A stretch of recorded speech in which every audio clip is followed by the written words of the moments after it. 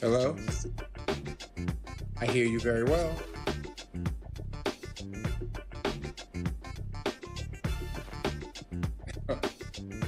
Thank you.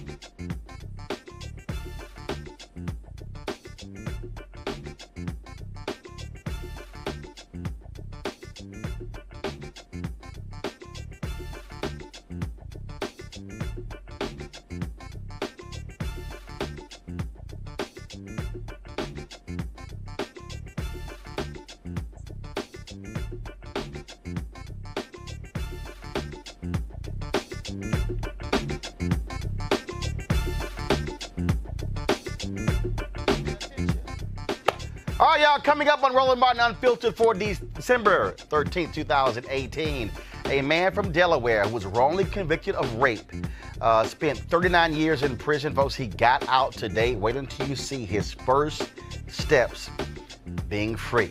We have the video. We also have the first pictures of Jasmine Headley being reunited with her one-year-old son. She's the woman who was sitting on a floor at a food stamps office, and when the security guards came in, called the cops and snatched the baby out of her arms. Now the commissioner, he is now asserting, the NYPD commissioner is asserting that his officers were trying to de-escalate the situation.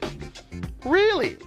More and more people are putting pressure on Tennessee Governor Bill Haslam to grant clemency to Cyntoia Brown, a 16-year-old, first of all, the woman who's now 30, but when she was 16 years old, when she was sex trafficked, and then she killed a man who picked her up from a burger joint. We'll show you how you can get involved. Also, the 3 women of color behind the January 2017 Women's March are getting attacked for alleged anti-Semitic remarks and attitudes in their support of Louis Farrakhan.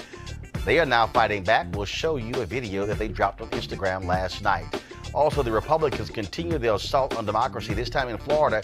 Well, the incoming governor, Ron DeSantis, he wants to delay Amendment 4, which granted voting rights to the formerly incarcerated. Wait, I tell you exactly what he's trying to say. Also, a man is shot to death in Walgreens in Los Angeles earlier this month. His lawyer is here to tell us that he was profiled for being black, gay, and homeless. Attorney Carl Douglas will join us. And also, a woman wins $1 million for a chicken recipe. Y'all remember this? She was on Oprah's show a long time ago. Well, social media went and dug up that clip of Oprah. Not really so excited about how that meal tasted. Well, guess what? Oprah is actually responding herself to them digging that video up. We'll show the response. Well, it's time to bring the funk on Roland Martin Unfiltered. Let's go. He's got it. Whatever the biz, he's on it. Whatever it is, he's got the scoop, the fact, the find. And when it breaks, he's right on time and it's rolling. Best believe he's knowing. They're down from sports to news to politics. With entertainment just for kicks, he's rolling. It's on go, y'all. It's Roland Martin, yeah. Rolling with Roland now. He's funk, he's fresh, he's real, the best, you know he's Roland Martin now.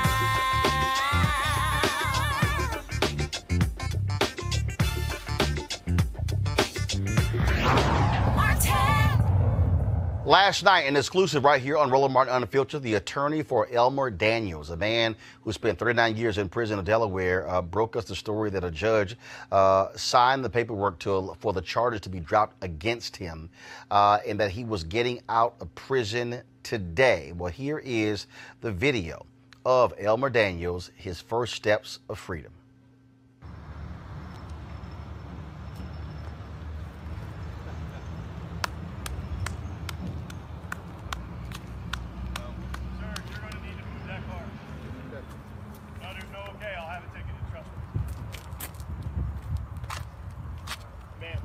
All right. Good job. Excuse us. Good job, man. Congratulations. Free man. And of course, we wanted Elmer Daniels on the show today, but he is right now at home celebrating with his mother and 14 brothers and sisters. As we said, he spent 39 years in prison, and he was convicted. The judge was white, the jury was white, his attorney was white, prosecutors were white. But there were issues with one of the expert witnesses, and it was his attorneys who were able to get the right information presented to the judge, and those charges were indeed dropped. And so he walked out of prison today after 39 years. And he previously was granted an option to plead to a lower to a lower charge and to have his time reduced. He said, "Look, I did not commit this rape." And as a result, he, of course, released from prison. And so we hope to have him on soon. And so to Elmer Daniels, I'm sure it's one hell of a party at the Daniels home as their son, their brother, is now home after 39 years in prison, convicted when he was 18 years old. And let's go to the story coming out of New York, of course. You remember, of course, the video of Jasmine Headley. She was the black woman who was in a food stamps office. And there were no seats. She sat on the floor with her child. Then the security called NYPD. Now, the cops union in New York claims the officers were trying to step in to stop a dispute between the mom and the peace officers assigned by the New York Human Resources Administration to provide security at that office. I can't actually tell that was happening. The NYPD commissioner has also said that he has seen body cam video, and they were actually trying that. Folks, if you actually look at this video, it's not hard to figure out. I mean, they literally are I don't see anywhere in this video where the officers are trying to stop the resource officers. I don't see where anybody is saying, "Hey, everybody back up, be quiet, leave her be, let's sort it out." No, what I see very clearly, them pulling on her, trying to remove the baby from her arms. Now, remember, it was Headley who was then arrested and sent to Rikers Island. She was there for several days before she was released from the notorious New York City jail. A judge dropped all charges, but there was an outstanding warrant in New Jersey, so they kept her in Rikers Island until Tuesday night. New Jersey authorities dropped that warrant, so she got out and was reunited with her baby. Damone, folks, we should have the video of her. So this was, of course, a photo, her being reunited, of course, with her child there. And so, again, talk about unbelievable. But again, you hear these cops talking about de-escalating the situation, but did you actually see that? Joining us right now is DeLacy Davis, Black Cops Against Police Brutality. DeLacy, when you hear the commissioner saying, "Oh no, my officers are trying to de-escalate," I'm sorry, I'm watching the video trying to see where was the de-escalation. Well, you're right, Roland. What happens is incredulous that the commissioner would make such a statement, and that is part and parcel of the problem, as you and I have talked about this in the past, and that is that law enforcement is tone deaf, and law enforcement has a mindset that says, because we're the police, what we tell you, you should believe, and don't believe your lying eyes. And that started with Rodney King, and it has continued. In de-escalation, what you may have seen was someone sitting on the floor with Miss Headley and talking to her in a very calm and respectful voice while she sat there on the floor with her baby. That was not de-escalation. That was law enforcement escalating their behavior. And obviously you have the police, and they're trying to say, you know what, trying to protect their own. But here's the issue. I've seen countless videos, and I'm telling you right now, rarely have I seen a video where an officer involving somebody black is de-escalating a situation. Yeah, we haven't seen a lot of video around it, and I imagine that it happens some places, but it's not happening as frequently as we see the aggression and the escalation. And I believe, there was an ACLU report some 10 years ago that talked about police violence and use of force, and it said the attitude of the police officer on the street was a reflection of the leadership at the top. And this is what we see. When the commissioner gives you a pass and says they were de-escalating, and the police union says they were de-escalating, Yet the Brooklyn District Attorney, who is the highest law enforcement officer in that area, Eric Gonzalez, says that it was horrific, the violence that he saw. The judge, Craig Walker from Brooklyn, says it was a horrific arrest. And New Jersey courts, even I think from a sympathetic point of view, they actually dismissed the warrant, gave her a fine and community service. So everyone who's supposed to be in this continuum in terms of law enforcement, some people are synthesized to it, while law enforcement is saying and taking a hard line as though there's a need to be tough on crime with a 23-year-old holding a baby sitting on the floor. They just don't get it, and it's coming through in what they're saying. And so if you are, when it comes to this woman here, what should she do next? Do you believe that she'll be suing this police department? And what should Mayor Bill de Blasio be saying to his police commissioner?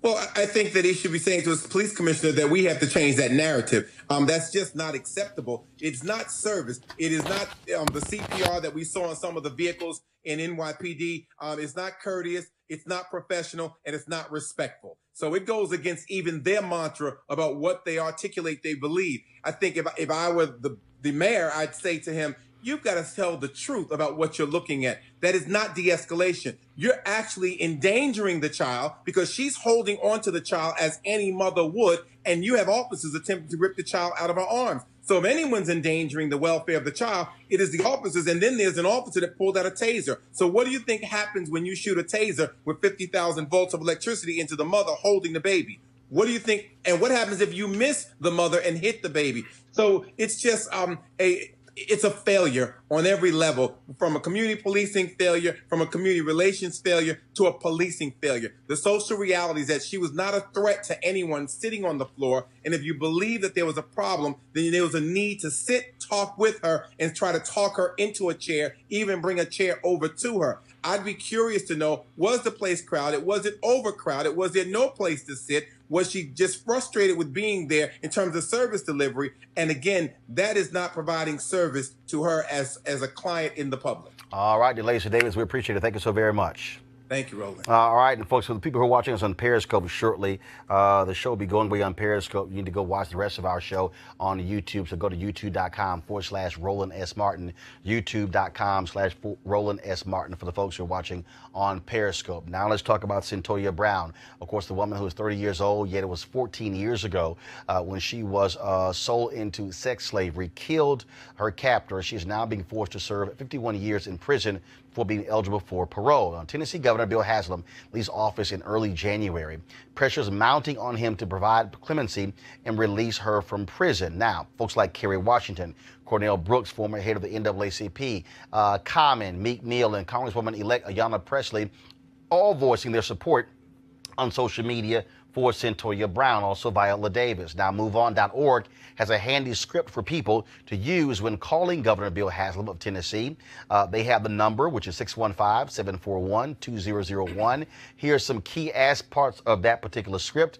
Be polite and calm. While we might be angry, we need to send a consistent message that can't be twisted to discredit us. Cyntoia Brown has been in prison since she was 16 years old, and no young person should be punished for being a victim of abuse and trauma. Governor Bill Haslam cannot wait any longer. Cyntoia's freedom matters. The governor's leadership is important, and Cyntoia is counting on him to do the right thing now. Will the governor support the immediate release of Cyntoia Brown? Again, the number to call is 615-741-2001. I want to go to our panel right now. Joining me, of course, is Alan Bolden. It's A. Scott, ladies and gentlemen. First of all, he goes by A. Scott Bolden. I ran at one of it. Was a guy who played with him. He said, who does Scott think he is? Going by A. Scott Bolden. He said we were in college. His name was Alan Bolden, but now all of a sudden he becomes a law partner. Now it's A. Scott Bolden. And you've got to honor and respect that. And if he was an old black preacher, it'd be A.S. Bolden. That's right. That's right. But standing for A.S. So joining us on the show is attorney Alan Bolden, former head of the D.C. Democratic Party. Also, of course, my frat brother, Dr. Greg Card, chair of Afro-American Studies Department at Howard University, and Eugene Craig, CEO of the Eugene Craig Organization out of Maryland. I'll start with you, Scott. Yeah. Call you what? E. Sloan Craig. No, E. Sloan Craig. Yes. So I'll start with you, Alan. I don't answer to Alan. Yeah, but if your wife call you, if Erica call you Alan, you gonna answer to it. Yeah, I thought so. Let's start with this. So first first of all, the federal appeals has been filed in the case of Cyntoia Brown, and they were confused. The judges were totally confused about the sentencing in Tennessee. So they asked the state Supreme Court, like, can y'all sort this thing out for us? So we can figure out what's going on here. That's why the Supreme Court rendered this decision that she has to serve 51 years because it's confusing. You also have, of course, the Supreme Court ruling when it came to juveniles being granted life sentences. And so all of this is being factored into the case of Cyntoia Brown. Yeah, so you have two competing statutes. You know, normally in a habeas corpus proceeding, when you're incarcerated, you've been convicted, you bring the body before the court and you ask the court to release the body. That's the individual. Here, once you get done with the state, then you do the same thing at the federal level. And so what normally happens is the statutes are not competing with one another. One says you got to serve 60% of a 60-year sentence of a life sentence, and the other one says that there is no eligibility for parole, and you've got the Supreme Court decision that says it's inhumane treatment and cruel and unusual punishment to convict a juvenile and not let them have any opportunity for parole. So what the Sixth Circuit has said, they sent it back to the highest court in the land and said, you ought to tell me about these two statutes, reconcile them, and tell me whether she's eligible for parole or not. Because if she isn't, I'm going to find the sentencing unconstitutional, which is what her lawyers are trying to do. And if she is eligible for parole after 60% of her life sentence, then it's irrelevant, and so she gets a parole hearing in probably another 50 years. Remember, the Supreme Court decision came down in 2012. She was sentenced over 16 years ago, so it could have a retroactive effect, but that's what they're pushing for. But it's also retroactive in some other states. So it's not like that's new, Greg. I mean, other states have actually taken that Supreme Court decision and made them retroactive. Absolutely. I mean, and you know, but unfortunately, the political pressure is probably going to be her best weapon. I mean, But they filed for pardon with the governor as well. Yes. That's pending, which is more pressure on Haslam, and so we'll have to see. They're taking parallel tracks, which is what they should be doing. Oh, exactly right. I mean, you know, what are the limits of legal remedy? I mean, and so it can't hurt to go ahead. I mean, it's my hometown, Nashville. I mean, they call in the governor's office, and I'm thinking whether it be this case, the first case you talked about, the cases we'll talk about subsequently, of this police state idea. In other words, justice is distinct from the legal system. We're not talking about pursuing the right thing. We're saying, what does the law say? Well, what is the law? I mean, this woman was enslaved. Yeah. I mean, you know, now of course, years from now they'll celebrate her resistance, but that doesn't do her any good. Eugene, of course, the prosecutors are trying to say that this was premeditated. They're saying that she had the intent to rob him. Let's just even take what they're saying. Okay, let's say this is a student. Let's say this is a young woman who's a student and she's going to school, and then she makes a decision to rob somebody. Okay, so you're factoring in how that person's growing up. Okay, this is somebody who was forced into prostitution. Yep. 16 years old. Then this guy picks her up from a drive-in burger joint and then takes her home. Yep. Right? This is not a normal situation. This is not somebody who is thinking in their right mind or whatever the heck. This is somebody who literally is living under duress. And so to act as if this is just somehow, look, it's no big deal. Sure, she was prostituting. Sure, she was involved in sex trafficking. Sure, she was being held against her will, but she shouldn't have shot and killed a guy. Yeah, you know, if I can impress my lawyer friend here, I'm not a lawyer, but Did you play one on TV? If I play one on TV. if the facts, you know, as Roland presented them, I believe her mens rea, you know, should have been an out for her in this particular case because she was held against her will. There's no way. I mean, as a minor that's being sex trafficked, I mean, it's blatant fact that the reason that these two individuals were together was because he was planning to have sex with her. He was planning to have sex with a minor. That's the first. That should have been that should have been the focus of the police there. Yeah, but that doesn't absolve her from the violent act but it's she's not the committed. Let me tell you something. As a conservative, as a libertarian, you know, and Monday, you know, I called out the NRA and all the gun rights groups that you know that push the narrative that hey, women need to carry to protect themselves from this particular situation and are quiet on this. You know, Senator-elect Marsha Blackburn from Tennessee should be leading the charge on this. Oh, we know that's not. We know it's not going to happen. But she should be leading the charge on At that. the trial level, they argued that, you know, she had alcohol syndrome from when she was born, one, and she had these other stress factors. Presumably the trial court considered it, and it really didn't matter. So the real issue to focus on is this sentencing. If she was a first offender, right? Why is she getting a life sentence as a juvenile and being tried as an adult for a murder? I'm not excusing the murder, but what I am excusing is as a juvenile, after 10, 20 years, you're a different person, and that's what the Supreme Court recognized. Well, I mean, and you see as well, I mean, talk about parallel tracks in the broader sense of these social campaigns.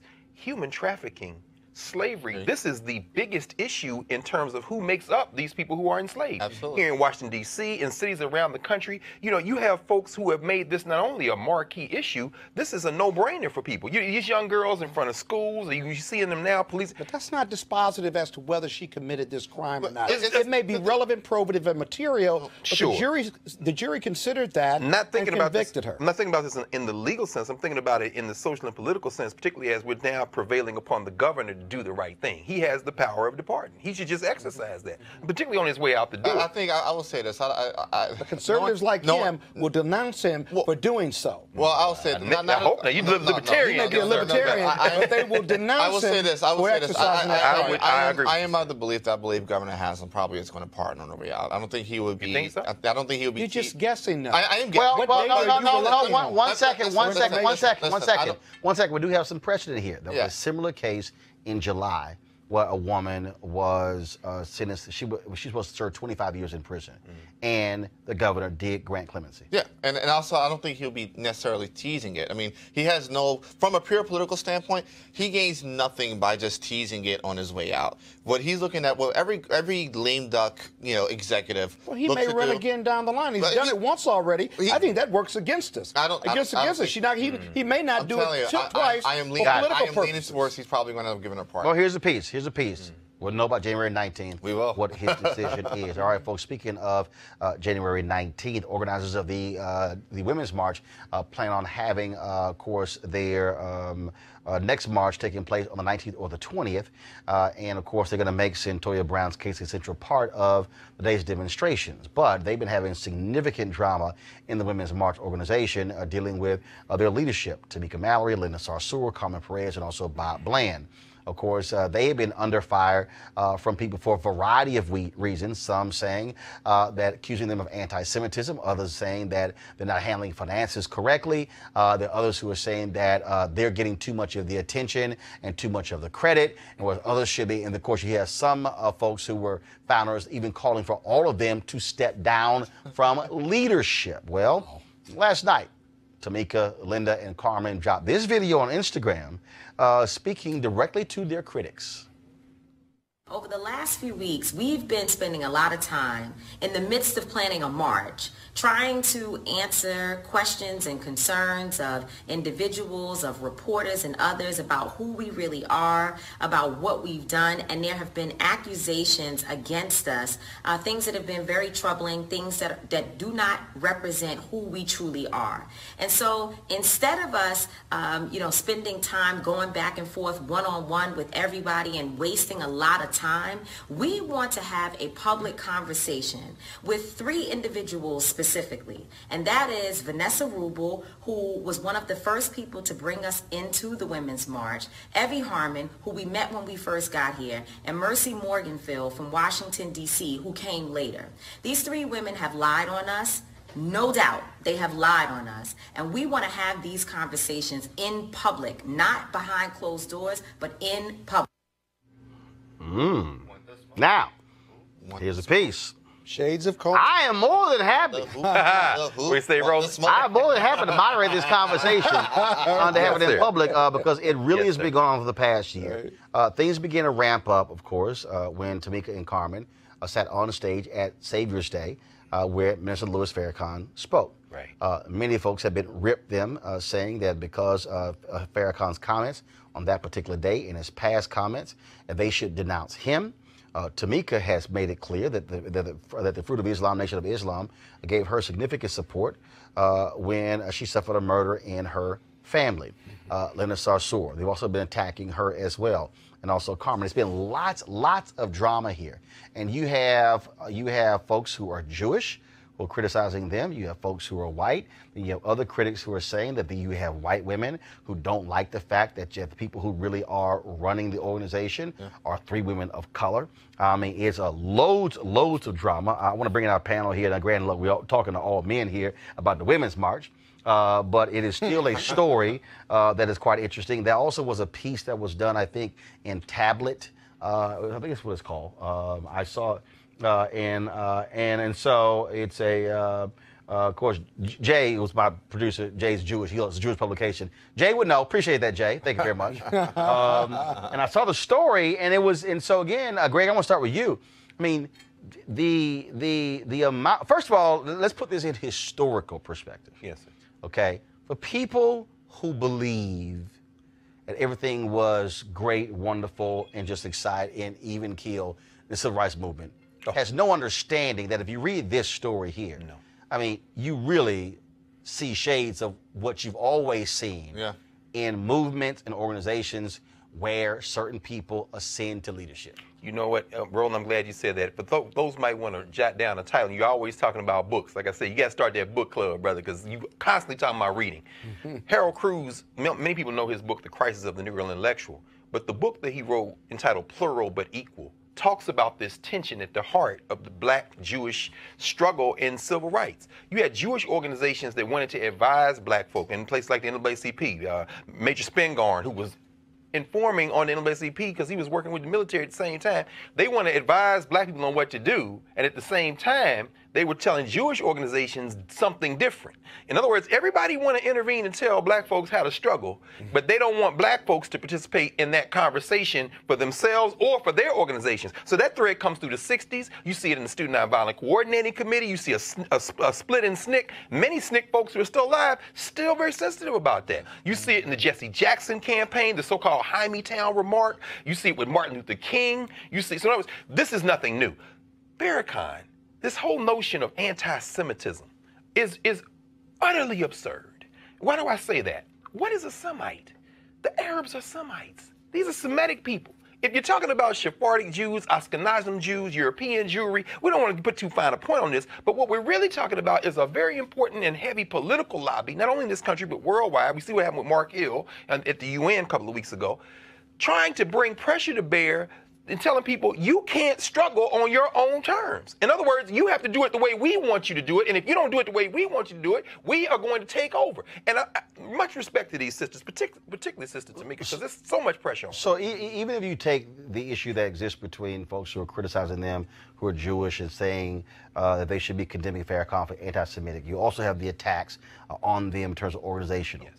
Again, I look at large organizations. I mean, look, during the Black Freedom Movement, Thurgood Marshall was highly critical of Dr. Martin Luther King Jr.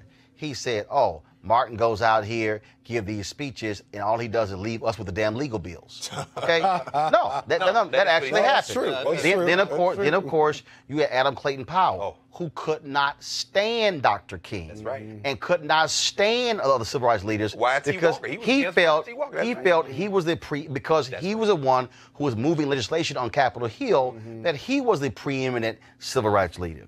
Then, of course, you also had the friction. Of course, SNCC and SNCC people calling the King, here come DeLord. Yeah. Calling him DeLord. Yeah. Okay, that was a nickname for him. So you had all of these things that were going on that were happening.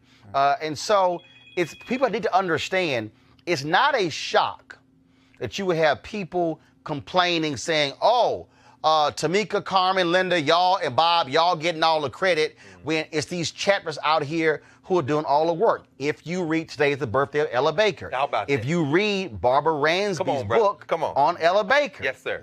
Ella Baker had tension between her and Dr. King. Because Dr. King believed it was pulpit to pew. She felt it was pew to pulpit. And she wouldn't let King or any other organization at those young people. That's why they worshiped her with SNCC. Right. So that was a meeting at the president's house at Shaw University between the president, Y.T. Walker, and Dr. King. She busted into the meeting like, no, I ain't going to let y'all take this over because SCLC gave the initial funding for the conference at Shaw. And so it's not a shock to me, Eugene, to see people complaining about certain individuals getting all the credit and the glory, being named Glamour Women of the Year, being on Essence magazine covers, people saying, well, how dare y'all get all of this? You've always seen that in large organizations. Yeah, I mean, and the thing is this: the criticism of these ladies, you know, it may have now reached new heights, but it's not new. I mean, I remember on our previous show, you know, we had Janae, who was very heavily involved with the Women's March, you know, come in and give us a lot of the backstory about what was going on, and you know, a lot of the white women were being very critical of Tamika and Carmen at that time. You know, largely. You know, a lot of BS reasons. You know, a lot of reasons that did not hold any weight. But you know, this is an extension of this. This isn't anything new. This is, you know, something that, you know, has been going on. Part of leadership. But you also saw, Scott. It was very interesting. So I was at the Women's March convention in Detroit, and you had all these battles going on because they asked me to MC a part of the program. So then you had these people who were saying, oh no, he can't MC because we think he's homophobic. BS. And then the three of them were like, what the hell y'all talking about? Roland's been a huge supporter of everything that we have done in terms of amplifying our voices and that of women. And so what you have here is, you have in the Women's March, you got all these folks, all these competing interests. And then one of the, probably the most well-attended session there was really this discussion when it came to the issue of white women and the movement. And you had all this sort of stuff like that. Like I had some people. Matter of fact, it was such a trip because when I was on stage, again, talk about how white women operate. So I was on stage and I said, if you told me, I said, well, if 3,000 women are gathered, that's a place I want to be. And so, two white women come up to me at the end and say, oh my God, that was sexist. You were objectified. I was like, what the hell y'all talking about? You violated the Me Too movement. And they tried, but his was a trip. Wow. So these two white women tried to jam me up. But these black women who were waiting to get a photo were like, oh, hell no, y'all going with that bullshit. Right. They were like, no. So it was a trip. So you had these black women who were checking these white women like, no. Who the hell y'all think y'all talking to? Y'all ain't going to diss Roland, who has had our back this whole time. Very much so. And so, and again, and I'm looking at two white women, and I literally was like, okay, I ain't got time for y'all. Because again, I'm like, y'all full of it. Yes. Nobody else in the room was sitting there going, oh my God. I'm sitting here with Rosa Clemente and the rest of them. But it was these two white women who were sort of like, okay, why is this man speaking? As if you can't have male supporters of the Women's March. And so it's a whole lot of stuff. There's a lot of stuff that's going on here that goes beyond this criticism of Linda, Tamika, and Carmen over Farrakhan. Yeah, we need to exhale a little bit. Everybody just needs to exhale, maybe hire a mediator. I mean, the reality is this. You've got multiplicity of women and interests and issues in the Women's March, and with that is a not a cesspool, but a pool of varied interests that are not consistent with one another. And managing those inconsistencies and putting all those issues into one pot to make changes for women across the board, I just think inherent in the mixture is going to be a challenge. And Greg, look, we also have to deal, and again, this is where I think for a lot of people, and this is why that session was so important in Detroit, there are a lot of white women who have no clue about history. Yep. When you have some of the foremost women leaders of the suffrage movement, who are racist. Come on. Yeah.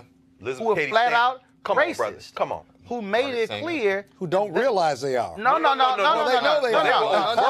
They were overt racist. Go look at the fight over the 15th Amendment. They said, do not give the vote to Sambo before you give it to your wives and daughters. That's Susan B. Anthony. That's Elizabeth Cady Stanton. That's why Ida Bell Wells was like, I don't roll with y'all like that. No, very seriously. But you had battles between Frederick Douglass and Susan B. Anthony. That's right. Over the 15th Amendment. That's right. And so you had that going on. Then you also had with National Organization for Women. Yep. They were like, no, that's the white women's organization. Right. Because we need to understand that women were only included in the 1964 Civil Rights Act because the racist Judge Smith out of Virginia thought by putting women into the bill that actually was going to kill the bill. That's right. When in fact it actually helped its passage. And so the reason, so then if you go look at Title IX, okay, which was passed in '72, Title IX had nothing to do with sports. That's right. Title IX was about opening the professional schools to women. That's right. White women benefited,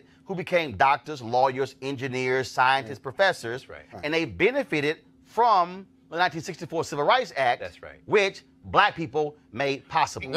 So you got this. So this whole. So this tension with these women of color and white women has deep historical roots, Greg. Roland, you know, what you experienced in Detroit, very important. And it's important that you talk about people like Rosa Clemente. I mean, we're talking about, people talk about intersectionality. We think about Audre Lorde, who brought this up in the 70s and 80s. You know, we are many things at once. When people talk about Sojourner Truth, the reason she has to say, am I not a woman too? Is because white women are trying to leapfrog over this race struggle to deal with this gender struggle. So this whole ain't I a woman speech comes out of that. And in terms, talk about the National Organization of Women, who is the patron saint in many ways of Ruth Bader Ginsburg? Pauli Murray. She talks about the great Pauli Murray, one of the greatest intellectuals of the 20th century, a lawyer, in fact, ordained as a saint in her Episcopalian tradition. This black woman is the one who forces the issue of gender into that conversation. So the 64 Civil Rights Act, Title IX, you have a black woman sitting there, an intellectual, helped write the Ghanaian Constitution, force it, Howard Law School grad, injects this into the bloodstream. So when you see these sisters protect you, Roland, on this issue, because nobody, look, it's 4 men here today, but tomorrow it's going to be some women, but yesterday it was some women. It's always trying, who's raising this gender issue and why? Race is at the center of this, and it's out of Wells telling you. And I just think I really understand. That's when you, with this struggle that is going on. Then, of course, because it's not only that, it's a black woman who's in D.C., who they name checked, who was highly critical of them, saying, wait a minute, it's the local chapters. But again, let me provide for people so you understand the tension. This is no different than when you had NAACP chapters who felt national leadership was getting too much credit, and then the chapters were doing all the work.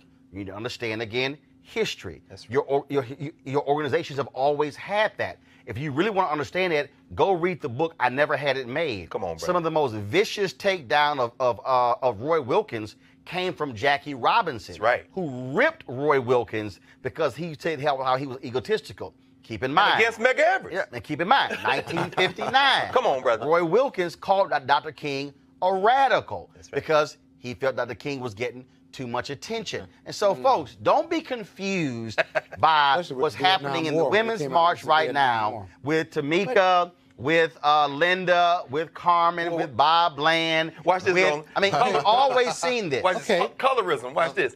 This is a very sensitive topic because, like you say, once you read Mary McLeod Bethune and Mary Church Terrell. These are two titans, but if you look very closely, look at the correspondence of what's going on, there were tensions between those two. Okay, but we got to say what Roland's saying is very true. I understand. It's true. And you all both have given us all and everybody watching the show a history lesson. Right. Because Alan, you had no clue about the history lesson. But go ahead. I'm messing with you. I know. But go ahead. Hold on. It's very informative. Even for me. I love it. But the reality is this. What matters most isn't the resolution.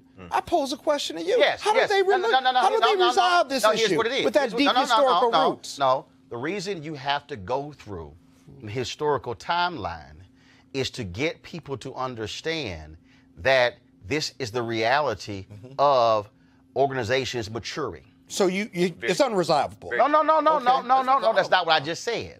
What I said is this is the reality of when you have organizations that are being formed and that are being created, where you go through this. You go through these tectonic battles. People forget W.E.B. Du Bois has significant battles with the NAACP when he led the Crisis magazine over what he was writing and reporting over what they wanted. So you always have that. I think what Tamika is saying in that video is, okay, versus y'all talking over here and versus y'all talking over here and versus a couple telling the tablet versus this sister in D.C. She's like, no. Have a public conversation. Because, see, when you put folks in a public conversation, then now you're accountable, and now you can't hide behind quotes. You can't hide, and now you are facing your accusers. Well, you know, and now your accusers can also be checked on what they have to say. But Ron, you know what's different? What's different now is, of course, we live in a different age because of technology. When SNCC went through the battle that led to John Lewis losing his chairmanship and Stokely Carmichael becoming the chair, they met in private. That's a private argument. In fact, talk about self-criticism. And when you meet in private, then there are different interpretations of what happened in the private meeting. That's very true. What they're saying here is let's meet publicly where ain't nobody. But it's not the organization is forming out of a movement, as you said. Right. The birthing pains then become very public when you're living in an age of social media. Whereas the SNCC kids used to criticize Stokely Carmichael. You hear Joyce and Dory Ladner and them, they referred to him as Stokely Star-Michael. Why? Because you don't meet the press. But now, when you have Twitter and Facebook and Periscope, instant leaders. There you go. And I'll make this last. But it's so petty. No, it's not. Actually, it's not. Because these are the growing pains. And I'll make this last point that people need to understand. Because what happens is, and I read that story, and there were people who were saying, but this movement, Eugene had no leaders. Folks, here's the reality, okay?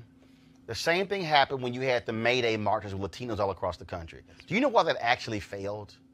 Because they had no leaders. Let me be clear. I know it sounds cute and it sounds wonderful when people say, oh no, we're not going to have any leaders. Here's the reality. You can't show me a successful movement that doesn't have leadership and hierarchy. The problem is, and this is where media comes in, there are people who are intoxicated by this medium, okay? I didn't want to make a commentary, but I'm going to go ahead and do this. Oh, man. This is what I need y'all to understand. Come on, brother. This medium is intoxicating. This medium is seductive. What did Elijah Muhammad warn Malcolm X about? That's right. He said, beware of the flash bulbs right. and the TV cameras. That's right. It is the same thing. It happens in the reverse, because then somebody who's not on stage, then somebody who's not on magazine covers, then somebody who is not being lavished with attention, all of a sudden, they then become upset by it. I'll use my recent interview that I did with Reverend Dr. James Lawson. This is what he said. He said, I was meant to be behind scenes. He said, the last image I have of Reverend Dr. Martin Luther King Jr. was him being on the front row and me being in my place on the back row. I've said this about leadership for years. Not everybody can be a head coach. Head coaches need great assistant coaches, need a great defensive coordinator, an offensive coordinator, a wide receivers coach, a defensive line coach. There are multiple folks. There's a trainer. There's somebody who does nutrition, somebody who does the weight room. But everybody can't be the head coach. The problem in organizations is that there are people who are jealous of leadership. I am not absolving anybody in the Women's March who's in leadership of any responsibility. But what I'm saying is you have to understand how seductive media is. And there are others who don't like it when somebody else gets the credit and say, why are you getting more credit than someone else? Because it is a natural form of leadership. The person who is in a leadership position is who people go to for quotes. It's the person who's on television, the person who's on radio, the person who is in newspaper. And so maybe to your point, Scott, how do you resolve this? What needs to happen is the people who are critical of them for the attention they're getting, they need to check their motives. Exactly. Because what you should be asking yourself is, why did you get involved in the Women's March? Was it about being on a magazine cover? Was it about being in newspapers and on television shows? Or was it actually about the work? If you're a Reverend Dr. James Lawson type person, you know what you're concerned about? The work. He is one of our greatest organizers in history. Many of you have never even heard of him. You have never even heard of him speak.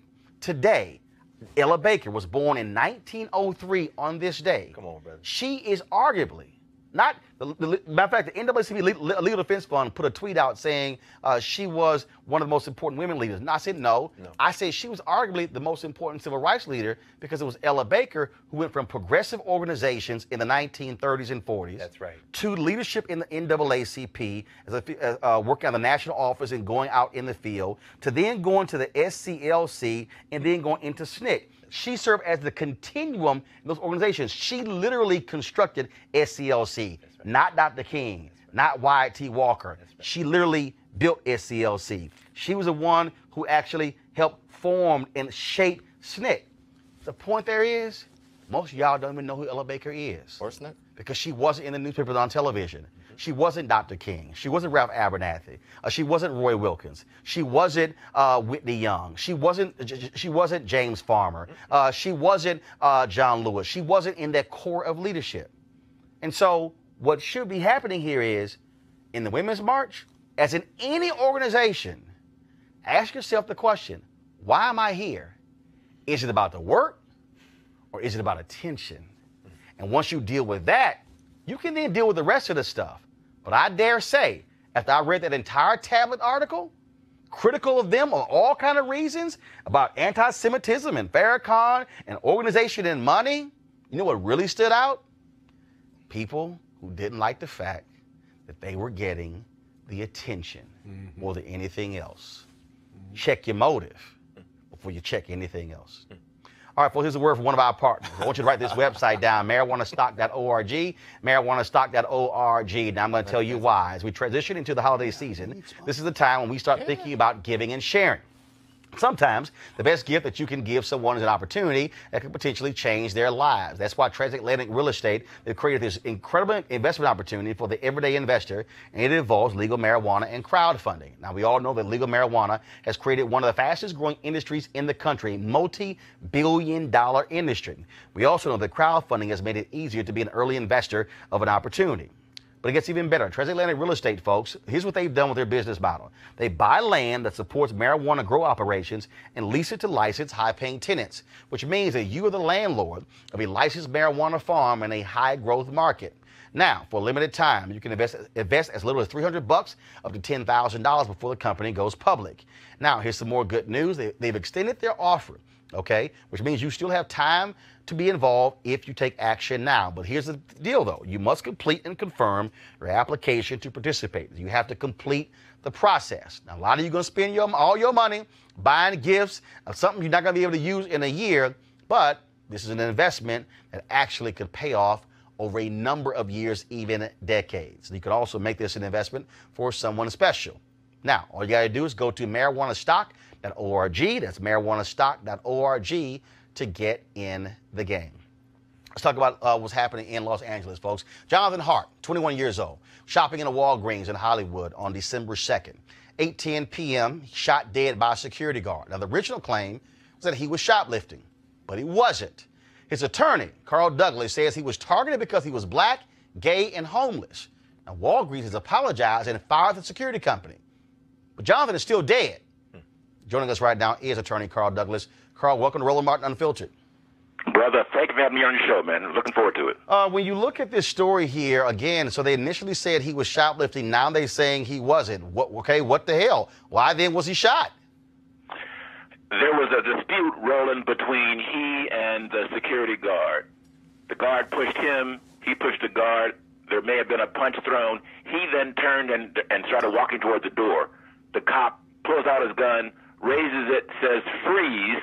As John keeps walking, the cop fires one shot, shoots him in the back of the neck. He falls and dies right there.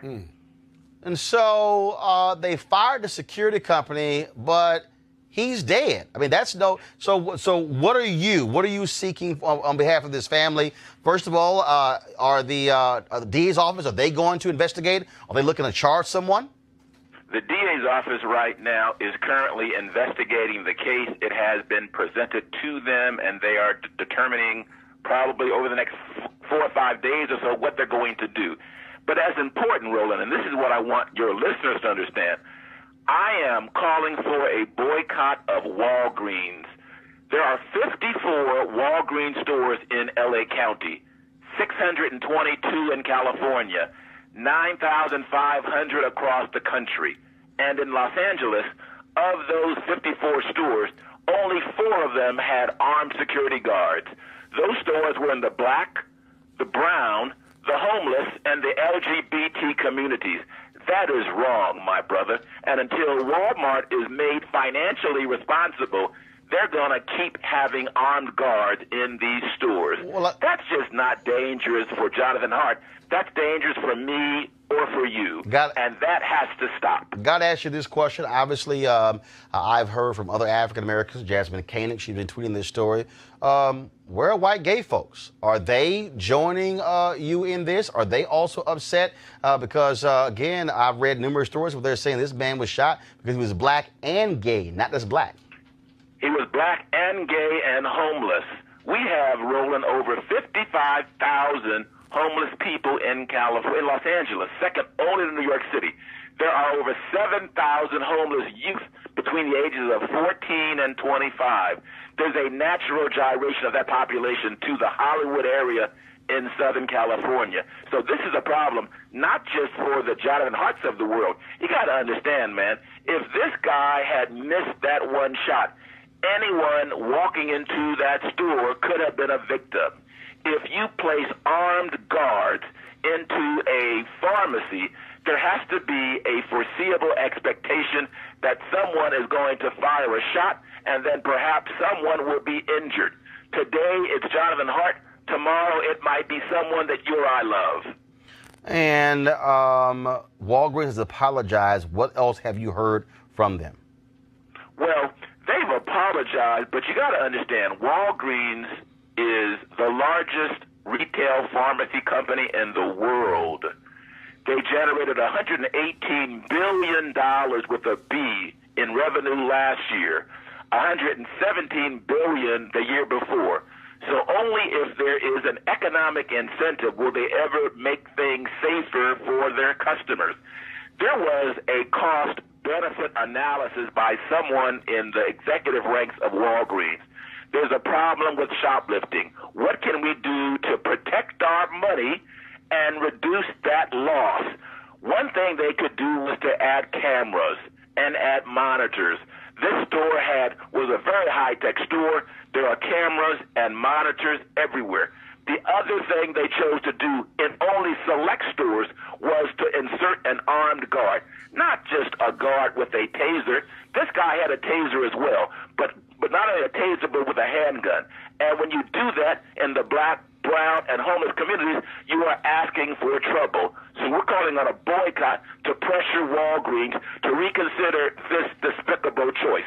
All right, then. Well, Carl Douglas, we certainly appreciate it. Many of you may not realize Carl was on the legal team for O.J. Simpson. And, of course, we all remember that. So, Carl Douglas, thanks so much. I appreciate it. My brother, thanks so much for having me on the show. Yes, sir. Real quick here, I want to go to our panel. Again, this is one of those things. Okay, you got armed security guards. I get it. But let's just be clear. It's product. Yeah. It's product. Mm-hmm. It's small products. Yep. I mean, it's not. Ain't that many things in a drugstore that's over $100. That's right. Okay. Mm-hmm. But to shoot and kill somebody because you suspected them, you thought they were shoplifting? Really? Yeah. That doesn't matter who they are. You're going to have an armed guard there. You foresee someone being shot. But the problem is, if there was an altercation or a dispute, this guy's walking out the door with his back to our security guard, and he fires and shoots him in the back of his neck. Who does that? That's illegal anywhere. Yeah, but the lawsuit is going to get into Walgreens. It's going to get into the security company, yes, the training, if you will, and what the totality of the circumstances were. But there's deep exposure here. Eugene? There's murder. It's murder.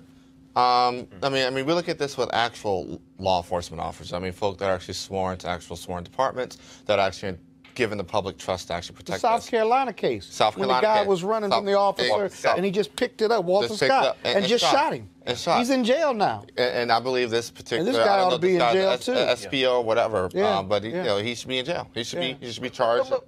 But Greg, this speaks to again how in this country we value property over people.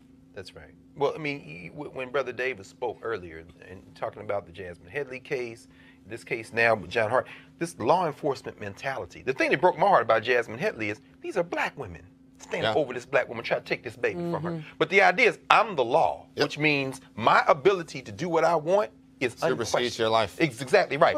Nobody has to tell me stay at a Walgreens. I mean, no, seriously, really. Walgreens is big in the Midwest, Chicago, Wisconsin. In Wisconsin, it's Walgreens giving money that's backing this Republican power grab in Wisconsin. But my point is that law enforcement is not about justice. It's not about doing the right thing. It's about I'm the law, and so whatever the hell I want to do, I'm going to do it. Once they believe you break the law, right? Oh, they don't care about that, bro. No. Once they believe they got a right to move forward, right? I see. All judgment it's suspended. Clicks off. Good point. And the only goal and objective is to enforce my ability to arrest. That's right. Now, the woman is sitting there holding her baby. Holding her baby. They're creating the craziness around them. Here's the thing in the LA, here's the thing in the LA case for me, and this is it's very simple for me. If you can have an armed security guard, the rule should be very clear. Unless someone's life is in danger, unless somebody has come into that store with a weapon or is trying to use something in the store to hurt or harm somebody, you cannot use deadly force. In fact, I don't even believe a security guard should be using a taser. That's right. It is property. I believe security guards' job is to detain. We're talking about the drugstore. And report. This is not somebody coming to the register trying to rob it. Even the malls with thousands of dollars worth of property. Most of your malls, at least here in the DMV, Maryland, Maryland, DC, and Virginia, they have no pursuit policies. So if you're running, they're not going to pursue you. They may catch you down the line via camera and working with the police. But right there in that particular act, they're not going to pursue you, and they're not going to shoot you. See, when you talk about black people, this is what Carl's point is. When you talk about black people, that doesn't even work. Look at what happened over Thanksgiving in Alabama. Yeah. This man is just trying to detain the police. Exactly. He didn't commit the crime. And that's trying to solve it. Right. That's right. He gets shot. And that's exactly right. And that's how. If it wasn't so serious, it would be hilarious. Right. How they shoot black people in this country. And again, those security guards, them being fired is one thing. They should be charged and prosecuted. Watch that for what they did. With what they did. So we'll see. We'll be following this case as well. All right, folks. So a little light story here. So just the other day, BuzzFeed decided to unearth this old video of Oprah Winfrey. She had this woman on her show who won $1 million for a chicken recipe. So here was the video, y'all. Here was the video. Yeah. Do you like it? I hope so. Just say yes. No, wait, no.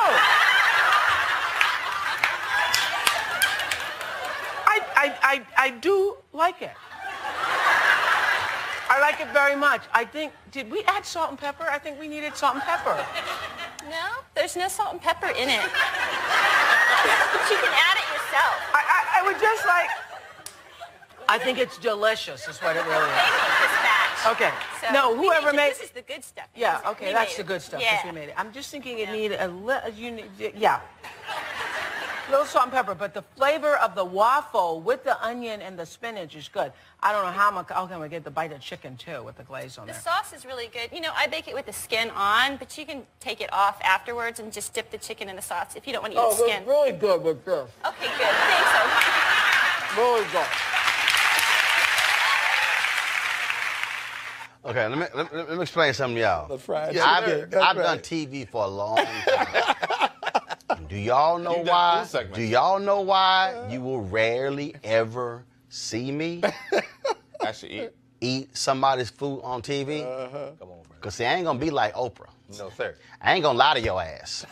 I remember. I'll be like, this bullshit don't taste good. I'm gonna let y'all know. So this video went all around for the past 2 or 3 days. Oprah decided to actually respond to the video. Press play. Spencer, I don't know whatever made you pull that tape out of the vault, but made me laugh. And here's the deal. This is what I was thinking. I always wanted anybody who came on the show, no matter what they did, to have a good experience. And I also wanted to stay in my own truth while allowing them to have that good experience. So I was having a moment of trying to decide, does Do I want to have a great time? What is my real moment of truth? Because the truth for me was that I am used to having salt and pepper on my chicken. That's just the truth. That's what I was thinking. This chicken needs some salt. So basically, Oprah was lying. Y'all, that's what I'm telling y'all. I can't front. I don't have a fronting face. No, that Texas Greg, you know what jumped that right there? That was Coscuso, Mississippi, bro. Let me tell you. She's thinking my mama would never. First of all, how a white woman win $1 million for a chicken recipe? That's the first thing. That's crazy. Let me tell you, Greg. We want some mumbo sauce. Let me tell you. Regardless of what the mayor says. Amazing. Let me tell you, when we were on the previous network, Roland would do a Fit Live Win every Monday morning. Right? And part of Fit Live Win, every now and then, you have a nutritionist come in with some food. Oh, yeah. Roland would never touch it. Does vegetarian dishes. Would never touch it. I passed that damn plate down. Right. I mean, y'all try this. This is the thing. If me and Scott didn't eat, now Lauren would just say, F it, but if me and Scott didn't eat it, Roland would call us out live on set. Yeah. He would call us out live on set. Y'all ain't gonna eat it. But you see in the opening montage when he danced with them pans, if you cook it, you might eat it. No, right. I can cook. Yeah, no question. But I'm letting y'all know, I don't front. Look. Okay, Just I don't taste it front. before the set. Hell no. Okay, you knows that in them gumbo wars. No, you can't. Look, y'all don't understand. I ain't tasting everybody's stuff. Everybody can't cook. I'm telling y'all right now. Okay, let me tell y'all what happened. Okay, so straight up, this true story, y'all. Jay in the control room. Jay, bring your ass out here. He always walking around the damn set while in the middle of the show. Let me tell you, we were in China. We were in China for National Herb League. Now, Jay White. Okay, I'm scared with this story. Jay White. Come on over here, Jay White. So that's man. Jay. That's Jay. All right. All right. So we in China. So we going through this food market. All right. And y'all know how food smell good. Food smell good. Don't mean food tastes good. So they it's like smoke and stuff, and it's rising, and they're cooking stuff, and so. Jay goes, I'm going to get this corn on the cob. I was like, you eat that bullshit. I ain't eating it. So Jay goes get this corn on the cob. Where did you go to eat? Huh? No, I'm going to get to that. Jay got this corn on the cob, y'all, and bit right to it. He's like, yeah, that's not good. And just right in the trash. What was it, feed? Feed corn. Okay, it was feed corn. Hold on, man. That doesn't taste good. But you didn't know. No. You didn't know. Feed corn. And this is exactly what I said. I said, Jay, see, y'all white people try stuff. We ain't trying stuff. Come on, brother. I wasn't trying stuff. All right, Jay, you can go back and sit down. Okay, thank you. So I said I ain't trying that. I ain't doing it. Well, where did you go eat? No, first of all, dog, I ain't like none of the food in China. Really? None of the food in China. I couldn't stand none of the food in China. Bruh, let me be real clear. First of all, I don't eat fish staring back at me. Oh, well, then you can't eat nothing in China. Dog, I was sitting here, y'all. Then also, y'all understand, I'm from Houston, okay? I don't give a damn what kind of food it is. Do you know what's the most basic food you can survive on? Barbecue. Rice and gravy. Rice, man. That's a black staple. Rice and gravy. Spanish or English. So here's the problem. Here's the problem. We in China, they tell us, rice, that's a Southern China thing. I'm like, well, damn, can we get some Southern Chinese? Because I finally find one sauce that tastes good. I'm like, yo, can I get some rice?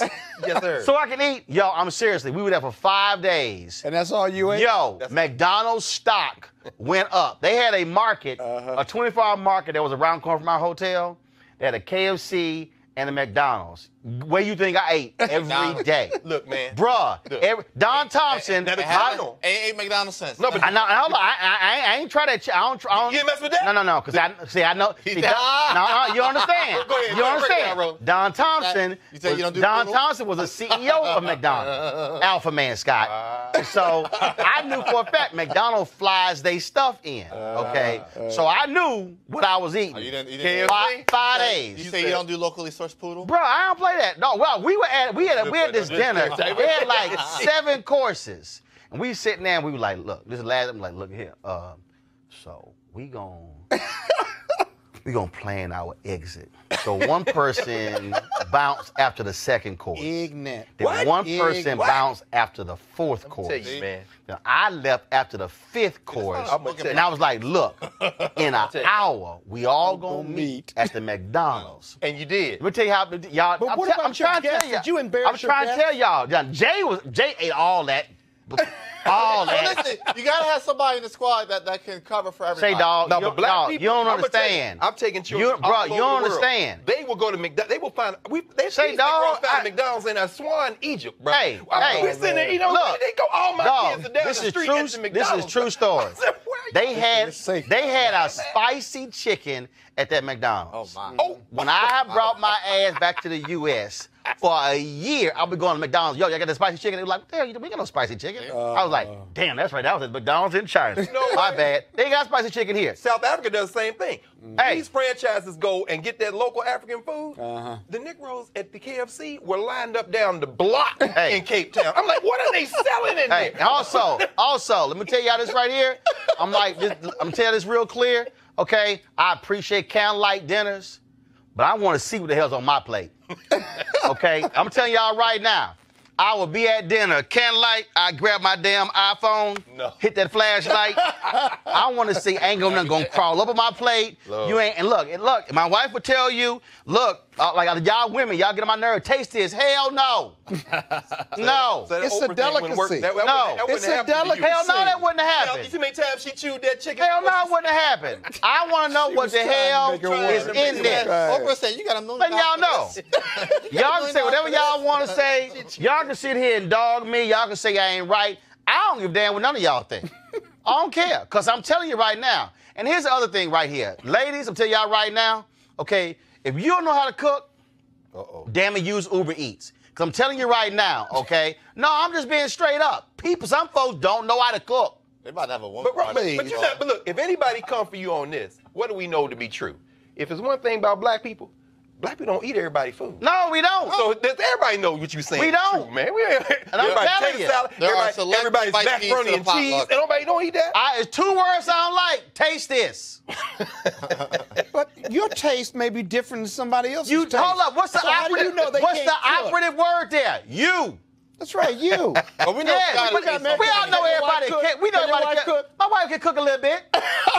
Look, when our brother Chad Bose, remember the Saturday Night Live thing? We was playing the Black Panther, and he got the answer right. He was the African. He No, didn't know come any on. answers. That's all He I'm said, saying. You ain't putting no seasoning in your taste. Hey, no, that's all I'm saying. I'm telling y'all right now. So look at here.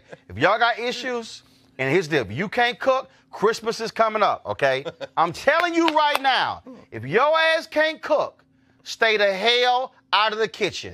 Buy the ice, buy the plates, buy the plasticware, okay? Be in control of the music. But if your ass can't cook, don't even walk by the kitchen, okay? What if they bake? What if they bake? If they bake. They ass look, if you can't bake and not cook, baking and cooking go together. If your ass can bake, your ass can cook. You ain't never met nobody who says, I can bake my ass off, but I can't cook. Ladies, you know why? Both things happen in the Ladies, I kitchen. want to apologize to you. You can apologize all you want to. Everything he said. You can apologize all you want what to. he didn't say. I want all y'all to know. My daddy can cook. My brother can cook. I can cook. We don't need no women's help. Okay, that's how we do it. No, the women in my family happy. No, they ain't got to come in the kitchen. Right. I'm just letting y'all know. All right, look, we got to go. Because some of y'all right now got an attitude. I don't care. I don't care. And so y'all might want to be lucky. I might drop my Roland's rules. No, I speak for all one of y'all. Y'all some punk asses. Y'all scared. Y'all don't want to say it. See, Scott over here. Hold up. Yeah. Okay. All right. I'm just letting y'all know. My wife can cook. Right. Cook Okay. her ass off. Right. You know why he's saying that? And I ain't He's on just saying TV that. right now because she's watching. That's okay. See, he don't want to go It's home, real. and she gonna knock his ass down before I speak 4'10". truth. Then why in the hell you speak ain't truth. defend my honor by saying I can cook? You ain't talking about her. You talking about every other woman because my woman can burn. Who? Everybody knows my wife knows she can burn. There you go. You've eaten my wife's cooker. She can I ain't burn. ate your wife's cooking. Yes, you have. When? you just forgot. When? You just forgot. When? We ain't never had no potluck. Yeah, we were together and stuff, and you ate. That wasn't even your house. That wasn't? That was somebody else's house. Oh. But we brought a dish there. We brought a dish there. All right, really listen up. I want y'all to support our Bring the Funk fan club. Y'all know we the blackest show out of here. You ain't gonna have this conversation. Yeah, y'all remember I had Nikki Giovanni on. Hell, we supposed to be talking about her damn poetry. We talking about food for about 50 minutes. And the interview was only an hour. So we talking about her poetry book for about 10 minutes. All right, y'all can support our fan club by going to Roland Martin Unfiltered to support us. Of course, every dollar goes to support this show. We certainly appreciate it. It's the blackest show, the most unapologetic show out here as well. Because look, y'all know MSNBC can't keep it this real. You damn well know Don Lemon can't keep it this real. You know Joanne Reed can't keep it this real. And you know, oh no, they can't. Everybody can't. You can be black. You can be black, but you can't be black. Oh, there it is. Sound like Bernie Mac on that. Let me say it again. You can be black, but you can't be black. Y'all know what the hell I'm saying. And so, Harris Fogner, not even included. So, again, I want y'all to support us at RolandMartinUnfiltered.com. Join our Bring the Funk fan club. Right now, you're about to see all the people who've actually supported our show. So we're going to roll that. I'll see you guys tomorrow.